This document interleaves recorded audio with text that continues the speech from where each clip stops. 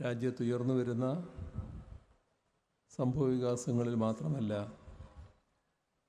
ലോകത്ത് ഉയർന്നു വരുന്ന കാര്യങ്ങളിലും കൃത്യമായ ദിശാബോധത്തോടെ പ്രതികരിക്കുന്ന പാർട്ടിയാണ് CPIM. നമ്മുടെ മാധ്യമങ്ങൾ പൊതുവിൽ അതാണ് ചെയ്യേണ്ടതെങ്കിലും നമുക്കറിയാം, മാധ്യമങ്ങളിലേറിയ കൂറും പലതരത്തിലുള്ള നിക്ഷിപ്ത താൽപ്പര്യത്താൽ ഭരിക്കപ്പെടുന്നതാണ്. പ്രത്യേകിച്ച് കോർപ്പറേറ്റ് താൽപ്പര്യമാണ്. അന്താരാഷ്ട്ര തലത്തിലെടുത്താൽ സാമ്രാജ്യത്വ താൽപ്പര്യമാണ്. ഇതിൻ്റെയെല്ലാം ഭാഗമായുള്ള വാർത്താവിന്യാസവും വാർത്താ തമസ്കരണവും വലിയ തോതിൽ നടക്കുന്നതായി കാണാൻ നമുക്ക് കഴിയും. ഇപ്പോൾ ലോകരംഗത്ത് അമേരിക്കയുടെ പ്രസിഡൻ്റായി ട്രംപ് വന്നതോടെ പുതിയ രീതിയിലുള്ള ഒട്ടേറെ പ്രശ്നങ്ങൾ ഉയർന്നു വരികയാണ്. അദ്ദേഹം ഒരുപാട് കാര്യങ്ങൾ വിളിച്ചു പറയുന്നുണ്ട്. ഒരു തരത്തിലും ലോകത്തിന് അംഗീകരിക്കാൻ കഴിയാത്ത കാര്യങ്ങളായതുകൊണ്ട് അമേരിക്കയോടൊപ്പം നിൽക്കുന്നവരിൽ തന്നെ അത് കടുത്ത അസംതൃപ്തി ഉണ്ടാക്കുന്നുണ്ട്. അതിനെല്ലാം എതിരെയുള്ള പ്രതികരണങ്ങൾ പല രാജ്യങ്ങളിൽ നിന്നും വന്നുകൊണ്ടിരിക്കുന്നുമുണ്ട്. ചില രാജ്യങ്ങളെ തങ്ങളുടെ ഭാഗമാക്കും എന്നുവരെ പ്രഖ്യാപിക്കുകയാണ്. എന്തും വിളിച്ചു പറയാവുന്ന ഒരു ഭരണാധികാരി എന്ന നിലയിലേക്ക് ട്രംപ് മാറിയിരിക്കുന്നു. അതിൽ കാനഡയ്ക്ക് നേരെ, മെക്സിക്കോവിന് നേരെയെല്ലാം വലിയ തോതിലുള്ള ഭീഷണി സ്വരം ഉയർന്നതായി കാണുന്നു. അതേസമയം സോഷ്യലിസ്റ്റ് രാഷ്ട്രങ്ങൾക്കെതിരെയുള്ള ശക്തമായ നീക്കങ്ങൾ ഉണ്ടാകുമെന്നുള്ള പ്രഖ്യാപനങ്ങളും വരുന്നു. ഉപരോധം വലിയ തോതിൽ പ്രഖ്യാപിക്കുന്ന നില വരുന്നു.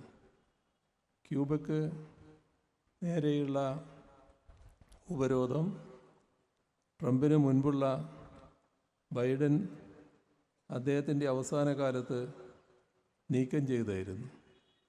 ട്രംപ് വന്ന ഉടനെ ചെയ്ത കാര്യം ആ ഉപരോധം പുനഃസ്ഥാപിക്കലാണ്. ചൈനയ്ക്കെതിരെ ശക്തമായ ഉപരോധം തുടരുമെന്ന് പ്രഖ്യാപിക്കുന്നു. അതിൻ്റെ ഭാഗമായുള്ള ഒരു നടപടി പല കാര്യങ്ങൾക്കും നികുതി വർദ്ധിപ്പിക്കുന്നു. ചൈനയും അതേ രീതിയിൽ തിരിച്ചടിക്കാൻ തയ്യാറാകുന്നു. മറ്റു പല രാജ്യങ്ങളും അമേരിക്കയുടെ നീക്കത്തിനെതിരെ അതേ നാണയത്തിൽ തിരിച്ചടിക്കാൻ തയ്യാറാകുന്ന കാഴ്ചയും നാം കാണുകയാണ്. ഇത്തരത്തിലുള്ള ഒരു ഭാഗം ലോകരംഗത്തുണ്ടാകുമ്പോൾ തന്നെ അമേരിക്ക സ്വീകരിച്ച മറ്റൊരു നടപടി കടുത്ത അമർഷത്തിനും പ്രതിഷേധത്തിനും പൊതുവെ ഇടയാക്കിയിരിക്കുകയാണ്. നമ്മുടെ രാജ്യത്ത് നിന്ന് പതിനായിരങ്ങൾ കുടിയേറിയിട്ടുള്ള ഒരു രാഷ്ട്രമാണ് അമേരിക്ക. ആ കൂട്ടത്തിൽ ചിലത് അനധികൃത കുടിയേറ്റവും ഉണ്ടാകാം.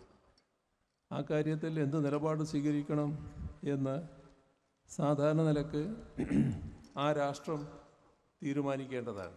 അത് തീരുമാനിക്കാനുള്ള അവകാശം ആ രാഷ്ട്രത്തിനുണ്ട്. പക്ഷേ ഇവിടെ കണ്ടത് ആദ്യപടിയായി 100-ലധികം പേരെ അമേരിക്കയിൽ നിന്ന് പഞ്ചാബിലേക്ക് കയറ്റി അയക്കുന്ന നിലയുണ്ടായി. അവരെ കയറ്റി അയച്ച രീതി അത് കൈകാലുകൾ ചങ്ങലക്കിട്ട് ശരീരത്തിൽ നീങ്ങാൻ പറ്റാത്ത അവസ്ഥ, ശുചിമുറിയിൽ പോകുന്നതടക്കം നിരങ്ങിപ്പോകേണ്ടി വന്നുവെന്ന് അവർ തന്നെ പറയുന്ന നില. എന്താണ് ഇങ്ങനെയൊരു നിലപാട് സ്വീകരിക്കാൻ? അവർ ക്രിമിനലുകളൊന്നുമല്ലല്ലോ, സാധാരണഗതിയിൽ അന്തസ്സോടെ ജീവിക്കുന്നവരാണല്ലോ, ഇന്ത്യൻ പൗരരാണല്ലോ. ഇന്ത്യയോട് കാണിക്കുന്ന അങ്ങേയറ്റത്തെ അനാദരവായിട്ടല്ലേ അതിനെ കാണേണ്ടത്? പക്ഷേ അങ്ങനെ കാണാൻ നമ്മുടെ രാജ്യത്തെ ഭരണാധികാരികൾക്ക് നട്ടലില്ലാതെ പോയി. കാരണം അത്തരമൊരു നിലപാടെടുത്ത് പ്രതികരിച്ചാൽ അമേരിക്ക സ്വീകരിച്ച നിലപാട് ശരിയല്ല എന്ന് പറയേണ്ടതായിട്ട് വരും. മാത്രമല്ല അമേരിക്കയെ കുറ്റപ്പെടുത്തേണ്ടതായിട്ട് വരും. അതിന് അമേരിക്കയിലുള്ള വിധേയത്വം നമ്മുടെ രാജ്യത്തെ